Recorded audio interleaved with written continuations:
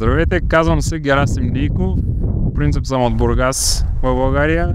Живея в Калгари от 13 години. Дойдох през 2010-та. И тук се занимавам с строителство, професионално, така да кажем. И така, живеем живота в Калгари. В Калгари неволята ли ме докара, съдбата ли, но тук ми беше връзката и дойдох в Калгари, който впоследствие се оказа, че беше най-правилният град да дойда от цяла Канада. А Канада е много голяма. В Калгари като дойдох, въобще не подозирах какво се намира на около час път с колата от града, а и не само. Самия град е доста преустроен за живот навънка, да караш колело, да бягаш, да разхождаш кучето, да се катериш, да си в реката с педалборда и всичко, което харесваш да правиш навънка, го има и в града. А на един час се намират скалистите планини. Могат да се видят в интернет почти навсякъде снимки от скалистите планини. И малко по малко взех да ходя там и да проучвам терена и се влюбих. И така, 13 години. Като дойдох в Канада, по зор, така да го кажем, търсихме някаква работа. И започнах да строя къщи. Впоследствие много ми хареса цялата идея с строенето на къщи. И не само грубия строеж, а и цялостното им завършване. Покрив, инсталиране на врати, прозорци, вътрешно завършване, декорации. И сега виждам, че в България започват много да строят такива къщи от дърво. Предпочитам дърво пред всичко останало, да уточня, без бетони, без всякакви такива направени продукти от човека. Обичам истинските продукти и затова всъщност строенето на къщи, което предимно е от дърво тук в Канада, ми допадна на 100% и в последствие отидах и в колеж да си изкарам всичките сертификати, които са необходими, за да бъдеш, така да се каже, професионалист в този занаят.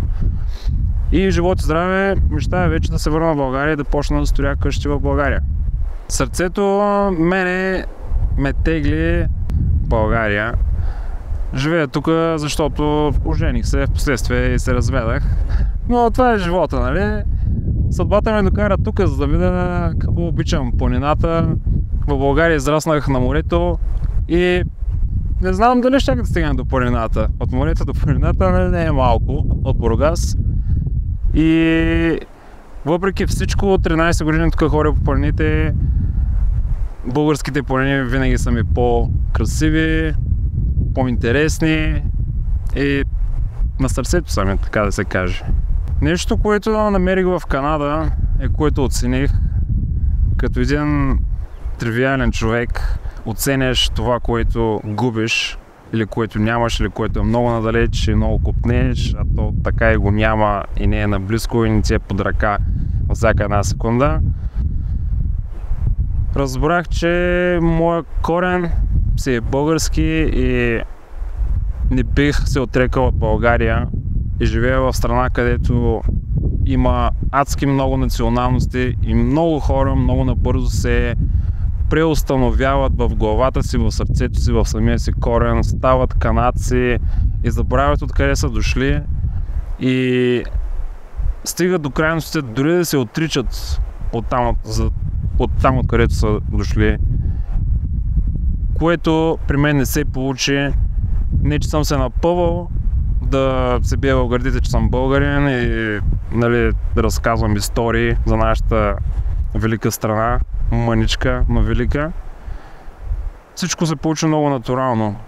Имаше трудни моменти, в които се загубих, но след тези трудни моменти съответно дойде истината, че за мен е България моята родина и аз съм си българин в веки веков, така да го кажем.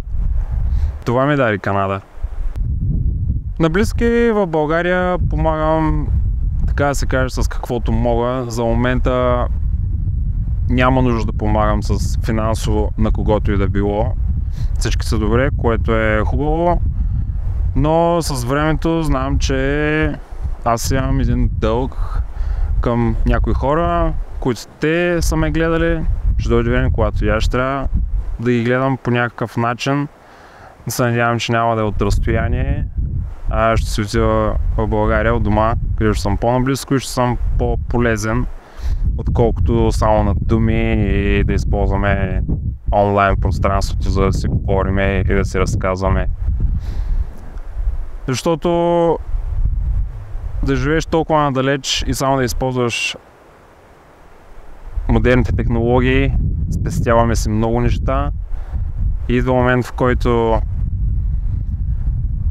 не знаем истината за най-близките ни хора, а те де-факто винаги се нуждаят от нас.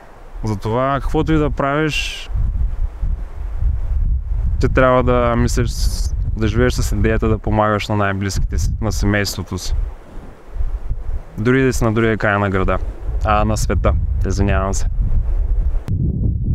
Първите 10 години не поддържах контакт с българи с цялата идея да познае културата на канадците, хората, които идват тук от други националности, други държави, и като се преместят нещата, става доста интересно, почти като дъгата, не знаеш на който смят се стъпнеш, говориш и как би реагирал човека, което беше доста интересно приключение.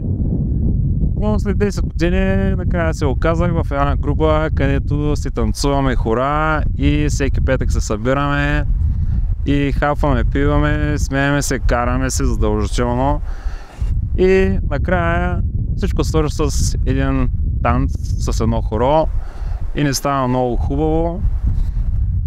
И така с моята интеграция. Стигнал съм ниво в работата си, където сам мога да строя една цяла къща и познавам нацията и може би това е нещо, което ми показа правилния път, че аз не мога да се променя и мисля, че винаги ще си остана българин. В процеса на интеграция опознах себе си. Политиката е много интересна тема, разбира се, всички. Обаче аз колкото не я следя, толкова и се чувам неща и бих казал, че дали в България, дали в Канада, дали в Австралия или в някоя страна в Африка, правителствата са си правителства. Те са там за техните си лични интереси и винаги ни говорят сладките неща, как те ще ни оправят животите. А истината е в обществото. Ако ние се държим заедно, всичко в една държава би било наред. И когато се говори за политика,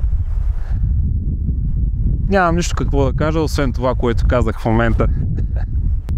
Въпросът е много интересен, всъщност изключително интересен, че колкото и на всички да не се иска в някои от нашите дни, особено в напрегнатите, да имаме магическа пръчица и да променим нещо, може би нищо няма да се промени, защото и за да порасне един човек и да стане той човек, той трябва да се изходи пътя сам и с тези, които са около него, но пътя се е твой личен и той винаги е рабат и крив и хълмист надолу нагоре и колкото и магически пръчици да имаме, те де-факто са непосилни пред съдбата и това, което ни е отредила.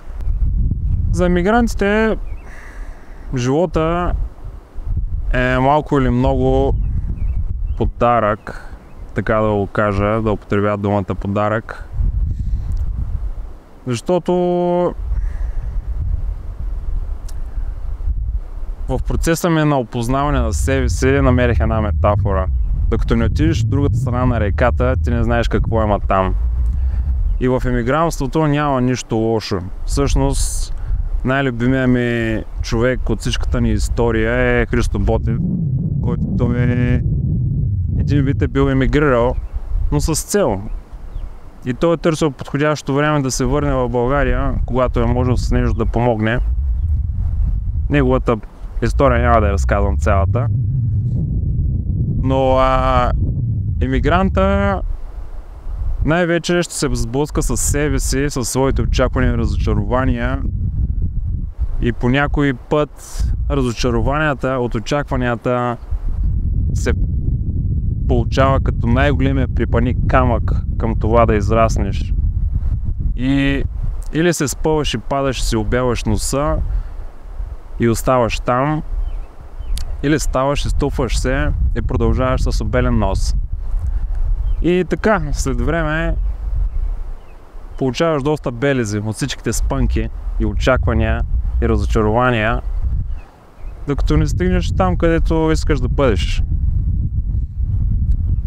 А за мен къде искам да бъда е да се върна в България един ден, защото се чувствам, че принадлежа към българския народ. Прибирането ми в България не мисля, че е планувано. До онзи ден си мислех, че съм го планувал и знам точно как ще стане. Но то пак се оказва част от цялата история. Още една глава от книгата. Как точно ще се получи. И да, като един пораснал, успял и горд и човек със самочувствие, че вече мога да строя къщи и да правя други неща, способен съм, използвам си ръцете, главата, но истината е, че колкото и да се напълвам като човек, да го измисля и всичко да поставя на мястото си, накрая съдбата решава как нещата ще се наредят. И всъщност съм доста ентусиазиран в очакване да видя как точно ще се получи моето прибиране в България. Това ще бъде най-интересната глава от цялата книга. Не съм сигурен. Бруси! Брус! Ооо! Мишленци!